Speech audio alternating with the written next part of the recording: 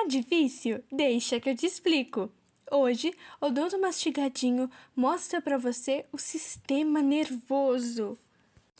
O sistema nervoso, ele é responsável pelo funcionamento e controle do corpo. E nós temos dois tipos de sistema nervoso: o sistema nervoso central e o sistema nervoso periférico. E antes de estudar como cada um dos dois funciona e a anatomia dos dois, nós precisamos primeiro entender quais são as principais diferenças entre o sistema nervoso central e o periférico.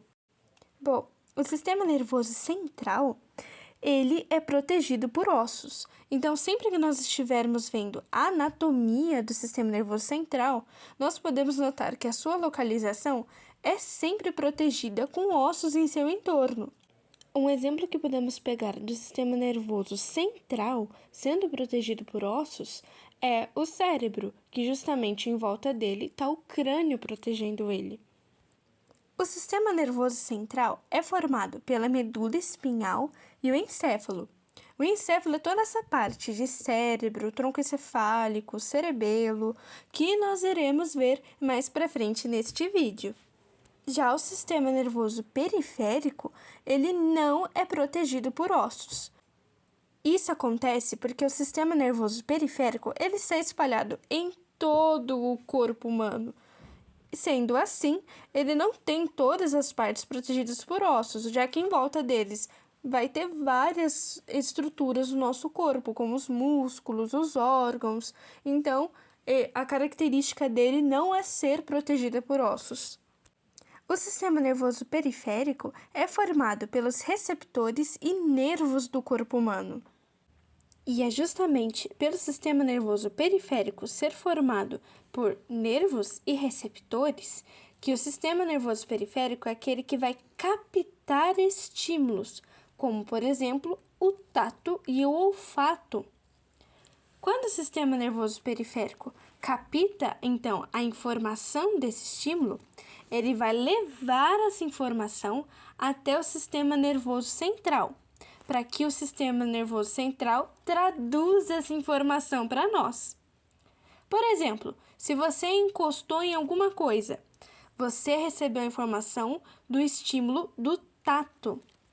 O sistema nervoso periférico, então, captando essa informação do tato, ele vai carregar essa informação pelos nervos e levá-la até a medula espinhal, que é parte do sistema nervoso central.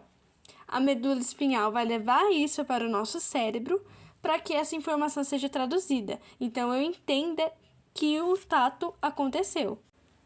Guarda essa tabelinha que está aí na tela entre as diferenças entre o sistema nervoso central e o periférico.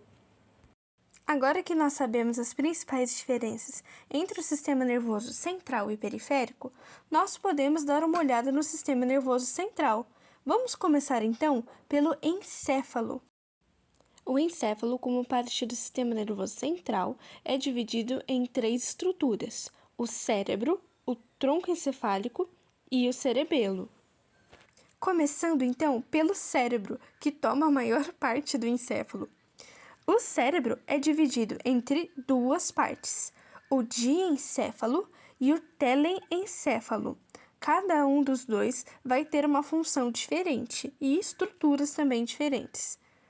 O telencéfalo é responsável pelas divisões dos hemisférios do cérebro e também dos lóbulos.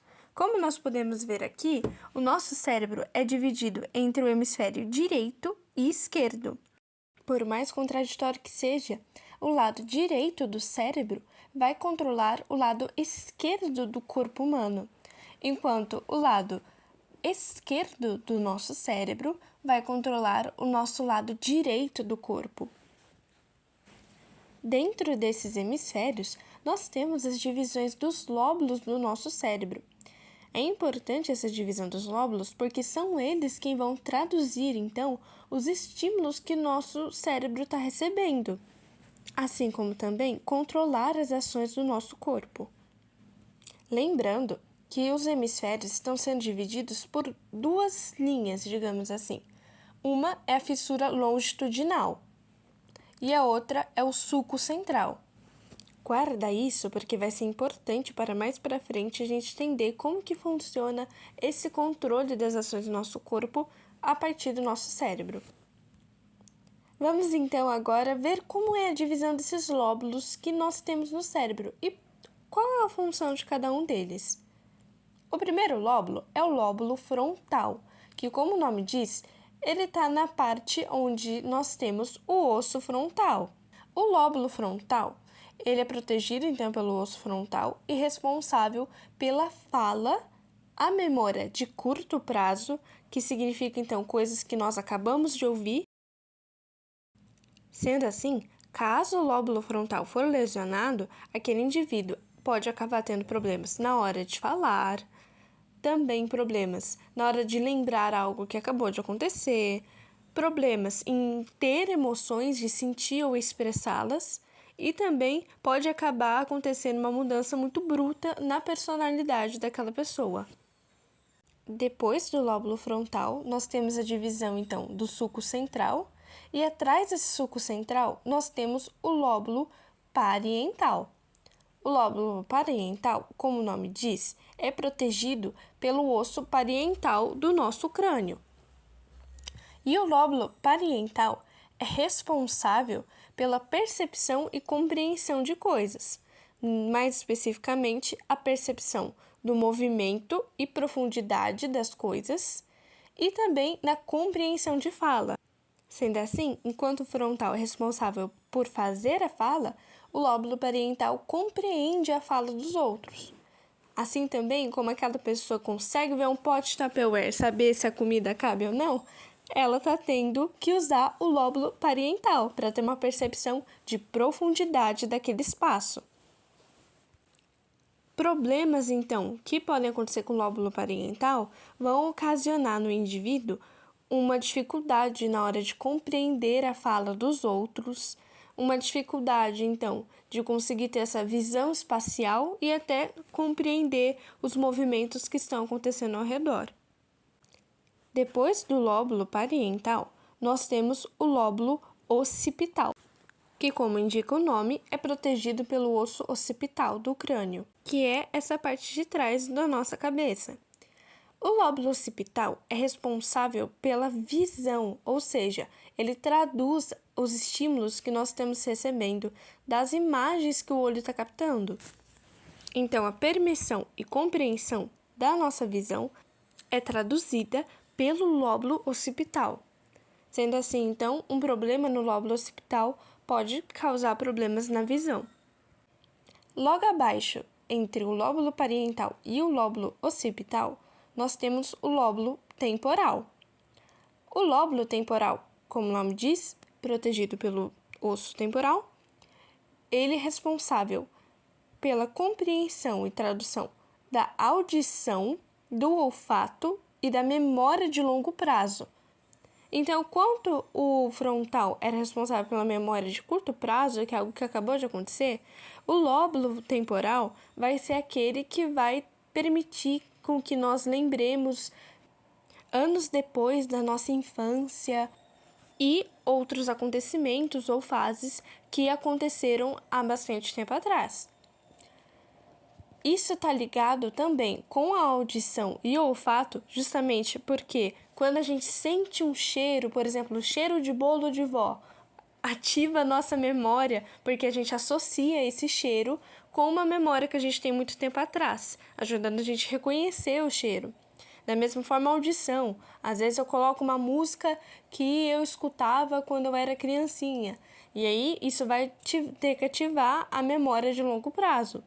Por isso que o lóbulo temporal está, então, ligado com a memória de longo prazo, junto também com a audição e o olfato.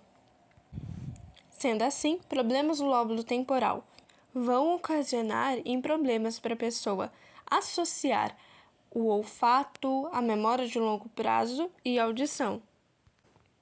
A última parte que nós vamos entender do telencéfalo é sobre aonde que se inicia a percepção do movimento e também a percepção sensorial. Antes do sulco central, que divide o centro entre os dois hemisférios, nós temos o giro pré-central, ou seja, antes do sulco central, que é onde se inicia o movimento do meu corpo. Essa parte, então, da frente do nosso telencéfalo, que vai ser responsável por associar as questões motoras do nosso corpo.